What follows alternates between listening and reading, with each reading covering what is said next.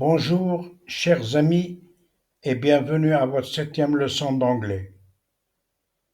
Comme devoir, avant de plonger dans les flots écumeux de la grammaire et des conjugaisons, il me paraît équitable de faire sortir de l'anonymat ou de faire découvrir des femmes et des hommes qui ont servi l'humanité par leurs inventions, leurs découvertes, leurs créations et leurs nobles gestes, alors que des criminels du passé et du présent ne laissent sur leur passage que des rivières de sang qui ne tariront jamais. Vocabulaire: computer, ordinateur informatique. Enthusiast, passionné. Have, auxiliaire avoir et aussi verbe irrégulier. Certainly, certainement. Recognized, reconnu. Our, nos, notre, adjectif possessif. Geniuses, génie. Computer and internet enthusiasts have certainly recognized our two geniuses. Les passionnés d'informatique et d'Internet ont certainement reconnu nos deux génies. Pour les traductions, lorsque je saute un mot, une préposition ou un verbe, cela veut dire que nous l'avons déjà vu aux précédentes leçons. Dans les exemples de Larry Page et Sergey Brin, on et in sont loin de leur vrai sens. Ne nous y attardons pas trop. This, adjectif démonstratif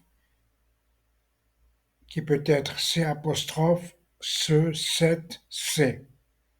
Born, participe passé, né.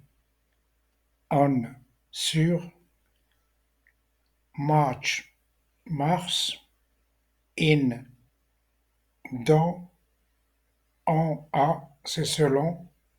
Who, qui. Pronom interrogatif. This is Larry Page, born on the 26th of March 1973 in East Lansing, Michigan, who is an American computer scientist.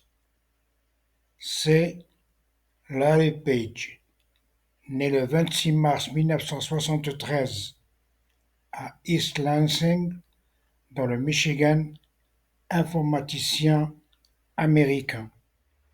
Pour le vocabulaire August, août. Sergey Brin is a computer scientist born on August 21st, 1973 in Moscow, naturalized American in 1979. Sergey Brin est un informaticien né le 21 août 1973 à Moscou, naturalisé américain en 1979. Vocabulaire met, passé de to meet, rencontrer. In, dans, en. Where, où avec accent. Where, attention à l'orthographe. To be au passé. Was au singulier. Were au pluriel. Search engine, moteur de recherche. Made, passé de to make, faire. Larry Page and Sergey Brin met at Stanford University in California, where they were studying. They developed the Google search engine, which was made official on September 4th, 1998. Larry Page et Sergey Brin se sont rencontrés à l'université de Stanford en Californie. Ils développèrent le moteur de recherche Google qui a été officialisé le 4 septembre 1998.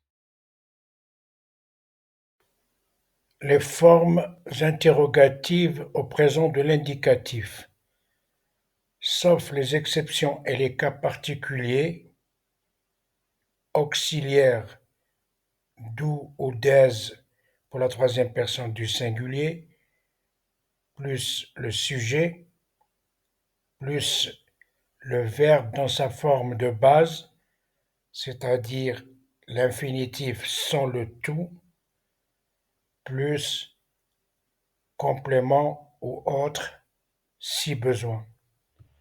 Nous allons conjuguer à la forme affirmative, puis le mettre à la forme interrogative du présent de l'indicatif, le verbe boire, to drink, avec water, l'eau, comme complément. Alors, forme affirmative, première personne du singulier. I drink water, forme interrogative. Do I drink water? Deuxième personne du singulier. You drink water, forme interrogative. Do you drink water? Forme affirmative, troisième personne du singulier. He drinks water. She drinks water. It drinks water. Forme interrogative. Does he drink water? Does she drink water? Does it drink water? Première personne du pluriel. Forme affirmative. We drink water. Forme interrogative. Do we drink water? Deuxième personne du pluriel. Forme affirmative. You drink water. Forme interrogative. Do you drink water? Troisième personne du pluriel. Forme affirmative. They drink water. Forme interrogative. Do they drink water?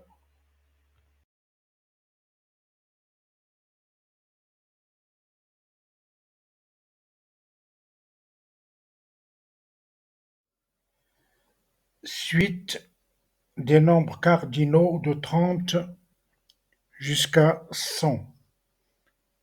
À la sixième leçon, nous nous sommes arrêtés au nombre 30. Présentement, on va continuer jusqu'au nombre 40. Et à partir de 40, pour gagner du temps, on va sauter de dizaine en dizaine jusqu'au nombre 100, sachant qu'il se compte de la même manière. 31, 31.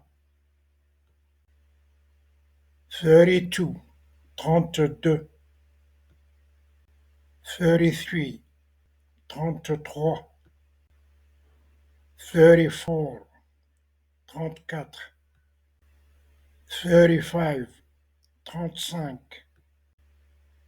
36, 36. 37, 37. 38, 38. 39, 39. 40, 40. Il faut faire attention car 40 ne s'écrit pas avec U comme dans le nombre 4 qui est 4, puisqu'il se compte de la même manière à partir du nombre 20. On va sauter de dizaine en dizaine pour gagner du temps. 50, 50. 60, 60. 70, 70. Ou 70, comme disent nos amis suisses et belges. 80, 80. 80 pour les Suisses et les Belges. 90, 90. 90 pour les Suisses et les Belges. 100, 100. Exercice. Sheep, mouton au singulier ou mouton au pluriel, car il figure parmi les noms qui ne changent pas de forme, quel que soit le nombre, comme on l'a vu à la leçon 5. Farmer, fermier. To own, posséder. John is an English farmer. He owns 95 sheep. John est un fermier anglais. Il possède 95 moutons.